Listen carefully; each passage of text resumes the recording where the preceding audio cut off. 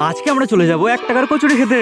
তো বন্ধুরা অনেকক্ষণ ওয়েট করার পর ফাইনালি শুভঙ্কর দা বুলেট নিয়ে চলে আসলো। এরপর আমরা বুলেটে উঠে কচুরি খাওয়ার জন্য রওনা দিলাম। এরপর কিছুটা পথ অতিক্রম করার পর চলে আসলাম আমরা স্কুলের পাশে, আর এখানে আসতে আমাদের ছোটবেলার কথা মনে পড়ে গেল। এরপর আমরা স্কুলের মায়া ত্যাগ করে রাস্তার সুন্দর ভিউ দেখতে দেখতে বেরিয়ে পড়লাম।